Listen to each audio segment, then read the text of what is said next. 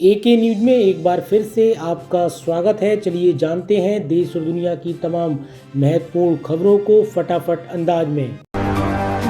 औरंगजेब कब्र विवाद, नागपुर में पथराव, आगजनी, बीएचपी ने औरंगजेब का पुतला फूंका।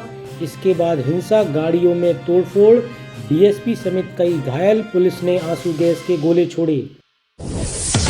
वक्फ संशोधन विधेयक ईद के बाद संसद में पेश होगा। 4 अप्रैल तक चलना है बजट सत्र। असदुद्दीन ओवैसी बोले, वक्फ संशोधन बिल से मस्जिदों पर खतरा। अमेरिकी राष्ट्रपति डोनाल्ड ट्रंप ने सोशल मीडिया पर पीएम मोदी का पॉडकास्ट किया शेयर। मोदी ने इंटरव्यू में कहा था, ट्रंप ने मेरे लिए प्रोटोकॉल तोड़े, हमारे बीच अटूट भरोसा। इंडिया गॉट टैलेंट विवाद, समय रैना को दूसरा सम्मान। महाराष्ट्र साइबर सेल ने 19 मार्च को बयान दर्ज कराने बुलाया, महिलाओं पर भद्दे कमेंट्स किए। औरंगजेब कब्र विवाद पर महाराष्ट्र में राजनीति गर्म, हिंदू संगठनों ने कब्र हटाने की मांग को लेकर किया प्रदर्शन। सीएम देवेंद्र फडणवीस बोले, एएसआई संरक्षित होने के कारण सुरक्षा देना जिम्मेदारी, लेकिन नहीं करने देंगे महिमा मंडल। वक्फ संशोधन विधेयक को लेकर देश भर में बहस छिड़ गई है। सूत्रों के मुताबिक सरकार ईद के बाद इसे संसद में पेश करने की तैयारी में है। मुस्लिम संगठनों ने इसका कड़ा विरोध किया है और इसे असंवैधानिक बताया है। दूसरी ओर हिंदू संगठनों ने इस बिल का समर्थन किया है। बीएसपी हित में काम करेंगे तो आगे बढ़ेंगे, परिवारवाद पर मायावती का वार, कहा आड़े नहीं आएंगे रिश्ते नाते। बहुजन समाजवादी पार्टी की सुप्रीमो मायावती ने काशीराम जयंती के अवसर पर प्रेस कॉन्फ्रेंस में परिवारवाद पर जमकर निशाना साधा। उन्होंने कहा कि पार्टी के हित में काम करने वालों को ही आगे बढ़ाया जाएगा और रिश्ते नाते आड़े नहीं आएंगे। मायावती ने सत्ता पक्ष और विपक्ष पर भी निशाना साधा, कहा कि सभी जातिवादी, सांप्रदायिक और पूंजीवादी पार्टियां बहुजन समाजवादी पार्टी को कमजोर करने की कोशिश में लगी हैं। वक्फ संशोधन बिल के खिलाफ दिल्ली में घमासान, जंतर मंतर पर मुस्लिम संगठनों के सदस्यों और नेताओं ने दिया धरना। ओवैसी बोले, मुसलमानों को छीना जा रहा है हक, स्वीकार नहीं है संशोधन।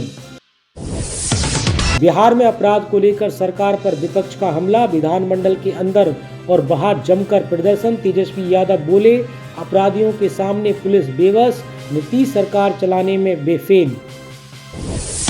दिल्ली नगर निगम में जमकर बवाल, कूड़े के मुद्दे पर भिड़े आम आदमी पार्टी और बीजेपी के पार्षद, हंगामे के दौरान माइक उखाड़कर फेंका। तेलंगाना में ओबीसी आरक्षण 23% से 42% करने का प्रस्ताव, सीएम हेमंत ने ऐलान किया। कांग्रेस ने 2023 विधानसभा चुनाव से पहले वादा किया था। बहुजन समाजवादी पार्टी की प्रमुख मायावती का बड़ा ऐलान, बीएसपी में जो काम करेगा वही आगे बढ़ेगा। बिना नाम लिए आकाश आनंद पर निशाना साधा, बोली रिश्तों से कभी कमजोर नहीं पड़ूंगी। भारत और न्यूजीलैंड के बीच डेयरी फार्मा सहित कई मामलों में सहयोग और निवेश बढ़ाने पर बनी बात। रक्षा सुरक्षा साझेदारी पर भी समझौता। पीएम मोदी बोले, आतंकवाद के खिलाफ मिलकर करेंगे काम। केंद्र सरकार ने पीएम इंटर्नशिप स्कीम के लिए ऐप लॉन्च किया। योजना के तहत इंटर्न को 5,000 रुपये महीना मिलेगा। आवेदन की आखिरी तारीख 31 मार्च। सोमनाथ के लुटेरों की याद में मेला लगाने वाले देशद्रोही, संभल एसएसपी बोले, किसी भी हाल में नहीं लगने देंगे मेला। संभल में लगने वाले नेजा मेला इस बार नहीं लगेगा। अपर पुलिस अधीक्षक ने मेले के आयोजन पर रोक लगा दी है। उनका कहना है कि सोमनाथ मंदिर के लुटेरे सैयद सालार मसूद गादी की याद में लगने वाले इस मेले को किसी भी हाल में नहीं लगने दिया जाएगा। ये मेला देशद्रोह को बढ़ावा देता है। तेलुगु पहले लेकिन हिंदी भी फायदेमंद, 3 भाषा फार्मूले के सपोर्ट में आए आंध्र प्रदेश के मुख्यमंत्री चंद्रबाबू नायडू। औरंगजेब की कब्र मराठों के शौर्य का प्रतीक, आंदोलन का नाटक बंद करो, संजय राउत का बड़ा बयान। शिवसेना यूबीटी नेता संजय राउत ने कहा कि औरंगजेब की कब्र शौर्य का प्रतीक है और वीरता के प्रतीकों को कभी नहीं तोड़ा जाना चाहिए। छत्रपति शिवाजी महाराज और मराठों ने औरंगजेब के खिलाफ एक महान युद्ध लड़ा। उनकी कब्र भविष्य की पीढ़ियों के लिए इतिहास की याद दिलाती है। अगर कोई इतिहास को समझने को तैयार नहीं है तो वह खुद इतिहास का दुश्मन है। तेजस्वी यादव के लिए सिरदर्द बना एआई एडिट, किया वीडियो, डीजीपी तक पहुंची चरित्र हनन की शिकायत। बिहार के नेता प्रतिपक्ष और पूर्व उप मुख्यमंत्री तेजस्वी यादव का दुष्प्रचार आर्टिफिशियल इंटेलिजेंस AI के जरिए किया जा रहा है। इसे लेकर उन्होंने भारतीय जनता पार्टी पर हमला बोला। विधानसभा के बाहर तेजस्वी यादव ने मीडिया से बातचीत में दावा किया कि AI के जरिए भ्रामक वीडियो बनाकर भारतीय जनता पार्टी की IT सेल उनके चरित्र का हनन करने की कोशिश कर रही है। उन्होंने वायरल हो रहे फोटो वीडियो पर कहा कि डीजीपी स्तर पर इसकी शिकायत की गई है। समाजवादी पार्टी प्रमुख अखिलेश यादव ने रोजा इफ्तार में लिया हिस्सा। मुस्लिम धर्मगुरु और नेता भी हुए शामिल। लखनऊ में समाजवादी पार्टी के प्रवक्ता फखरुल हसन चांद द्वारा आयोजित इफ्तार पार्टी में समाजवादी पार्टी के मुखिया अखिलेश यादव शामिल हुए। इस मौके पर कई मुस्लिम धर्मगुरु, समाजवादी पार्टी के विधायक और नेता भी मौजूद रहे। अखिलेश यादव ने रमजान की बधाई देते हुए सांप्रदायिक सौहार्द और भाईचारे का भी संदेश दिया। उत्तर प्रदेश में फिर बदला मौसम, कई जिलों में बारिश, अगले 2 दिन गिरा पारा। 21 और 22 मार्च को पूर्वी उत्तर प्रदेश में कहीं कहीं बारिश और गरज चमक के साथ बौछार पड़ सकती है।